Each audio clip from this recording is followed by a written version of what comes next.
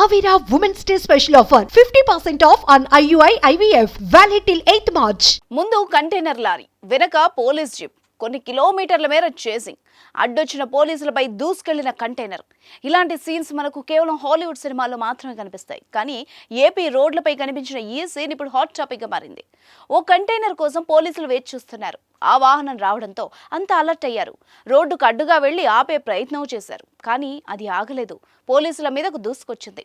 ముగ్గురు కాకీలకు తీవ్ర గాయాలయ్యాయి. తర్వాత దానికోసం చేజింగ్ మొదలైంది. పోలీసులు పరుగులు పెట్టారు.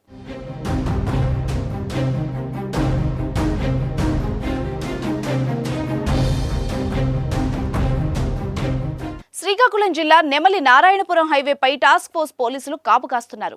ఇందులో వాళ్లు ఎదురు చూస్తున్న కంటైనర్ వచ్చింది. దాన్ని ఆపారు. తనిఖీ చేయాలని, డోర్లు ఓపెన్ చేయాలని డ్రైవర్ను కోరారు. అయితే అందుకు ఒప్పుకోని డ్రైవర్ పోలీసుల నుంచి తప్పించుకునేందుకు ప్రయత్నించాడు. ఒక్కసారిగా ముందుకు పోనిచ్చాడు. వెంటనే అప్రమత్తమైన పోలీసులు పక్కకు తప్పుకోవడంతో పెను ప్రమాదం తప్పి ముగ్గురు పోలీసులు గాయాలతో బయటపడ్డారు. ఇక ఆపకుండా వెళ్లిపోతున్న కంటైనర్ గురించి వైజాగ్ ఆనందపురం పోలీసులకు సమాచారం అందించారు. అక్కడి పోలీసులు భీమ్లీ క్రాస్ జంక్షన్ వద్ద కంటైనర్ కోసం నిఘా పెట్టారు.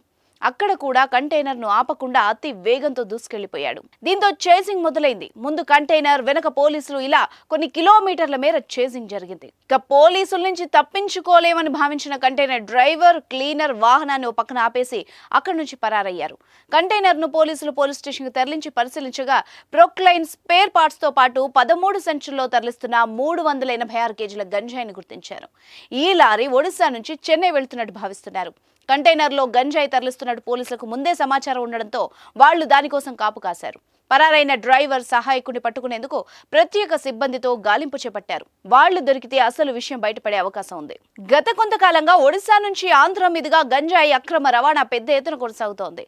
పోలీసుల కళ్లు గప్పి సరుకును బోర్డర్ దాటించేస్తున్నారు కేటుగాళ్లు. ఈ నేపథ్యంలోనే పోలీసులు మరింత ఫోకస్ పెంచారు. ప్రైవేట్ వాహనాలు మాత్రమే కాకుండా బస్సుల్లో, రైళ్లలో తరలిస్తున్న గంజాయిని ఇటీవలి కాలంలో పెద్ద ఎత్తున పట్టుకుంటున్నారు.